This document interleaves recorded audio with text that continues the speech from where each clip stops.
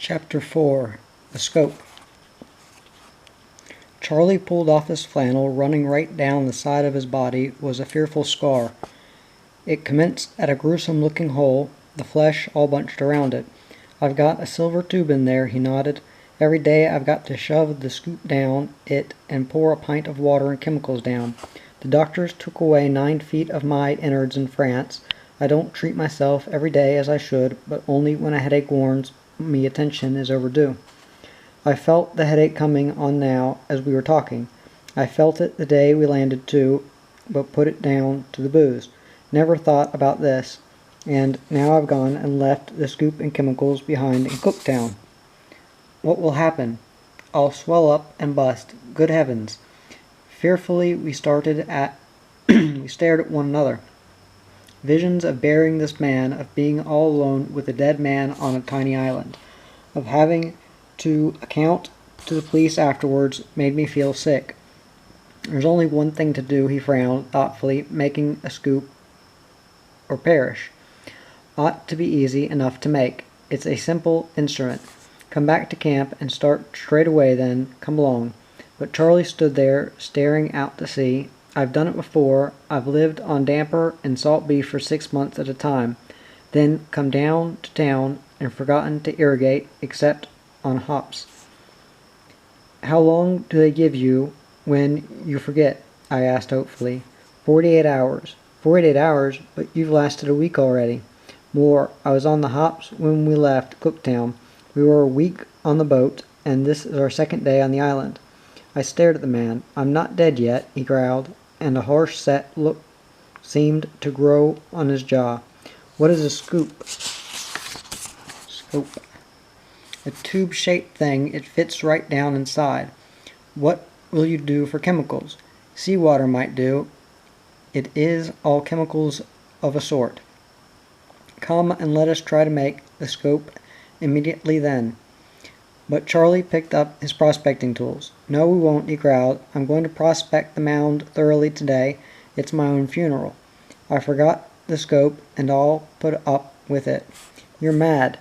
"Not yet," he replied grimly, and bent to his digging. Despite all entreaty, he kept steadily at work. I couldn't. All the information, all the chance gossip I'd heard concerning this man suddenly gathered in concrete form. He had been a mystery man of Guy's Hospital, the mystery being that he lived at the time and kept on living. So intriguing was his case that the medical authorities overseas had made him promise to write them just 2 words every 6 months. Still living. Well, he was able to write. And now here he was cut off from all help, and he had forgotten his scope and chemicals.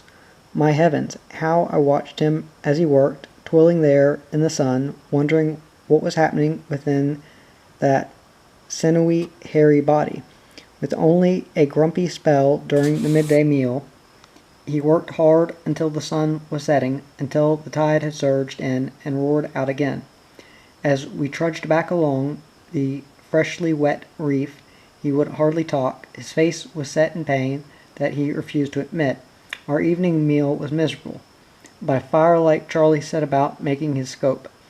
With a tomahawk as hammer and pick as anvil, he straightened a pothook. By Jove, we were soon to be glad of those pothooks. Short lengths of ordinary fencing wire that we had brought from Cooktown. Fencing wire is the Australian bushman's friend. I had seen a host of things repaired by or made from this wire. I was to see venturesome airmen repair their planes with the rusted strands. But now Charlie was making a medical instrument. He measured the straightened wire with his fingers, then chopped it off to the correct length. Thoughtfully he gazed at it, then began gently bending it into shape. He seemed to be making the curve in it by feel. Had felt the original being inserted into his side so often, I suppose. In an hour he had fashioned the wire into the correct shape. Holding it to the firelight, he gazed with the expression of an aboriginal expert examining a delicately fashioned spearhead. "Will it do?" "I don't know," he replied doubtfully. He cut a tin bag into strips. These bags of a specially prepared, very strong canvas, his lean brown fingers twisted a strip around the wire model much as a potter presses a good clay. I kept the fire in a blaze as he bent to its light to sew the canvas shape around the wire.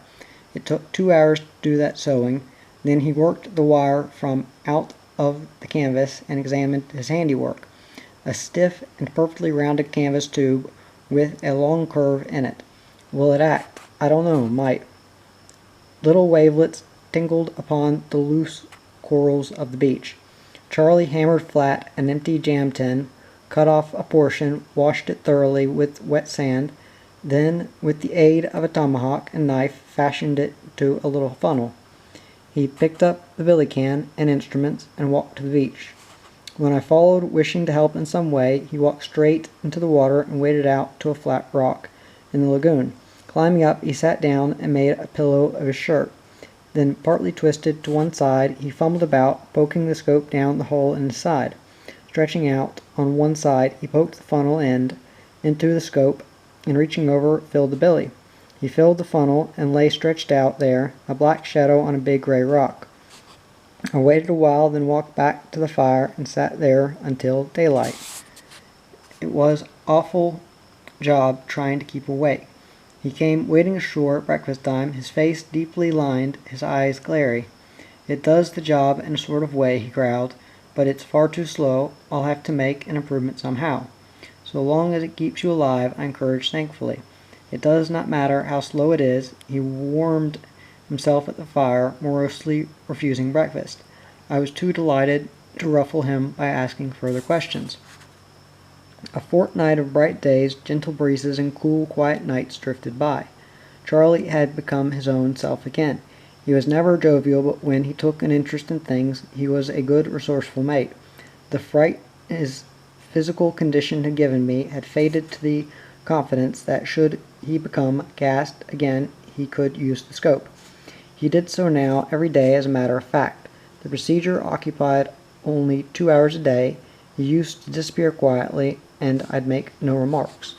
We soon found that what minerals the island contained was buried in the little peak.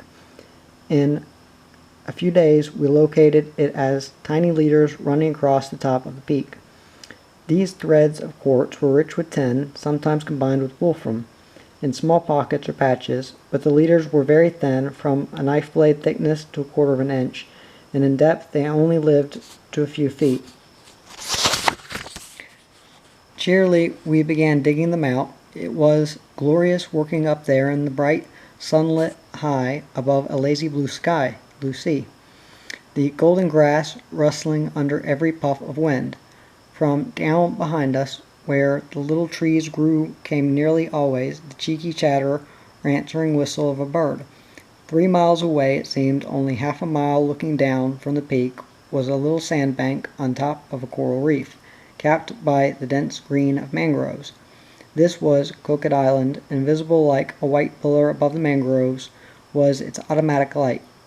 Beyond it were several other dark green clouds on the water that were the mangroves growing on mud bank or coral islet. Where are all these wonderful islands a man reads about? I asked one day. These islands with beautiful mountains and palm trees and brown-skinned girls swimming in pearly lagoons. Charlie pointed towards the mainland. There are plenty of niggers over there, but the nearest brownskins are 200 miles farther north. So are palms and lagoons and the larger pearl shell beds.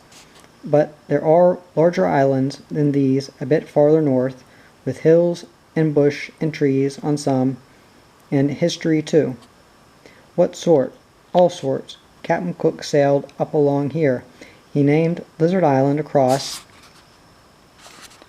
there because there were lizards on it.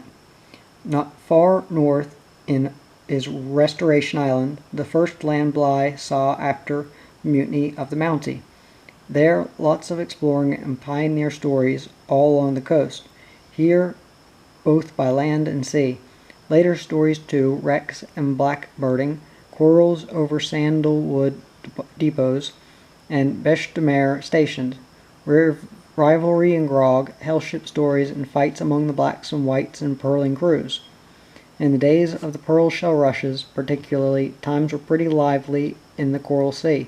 Some vessels earned a reputation for bloodthirst that a buccaneer would have envied, and some of the islands bred fighting savages who were not afraid to man their big war canoes and tackle the white man. But there's older history than that. What is it? Lots. Native legend tells queer stories of wholesale immigrations of strange people. Strange races coming to the great Southland over hurrying away from it. It might have been all about the time of the breakup between Australia and New Guinea. When that country sank there and left only a chain of connecting islands, there must have been some hurry-up movements among whatever populations found themselves being suddenly submerged. Apart from the queer native legends, though, there's Forbes Island. Spaniards are supposed to have been wrecked there in the old galleon days. Old-type cannonballs and other relics have been dug up from the sands. Jardine found treasure trove hundreds of miles farther north, a chest of old-time dollars, all cemented together by action of the sea water and coral. But if you expect to see any brown-skinned girls on this island, you've got as much chance as I have of hopping to Hades. And Charlie bent to his wolfram digging.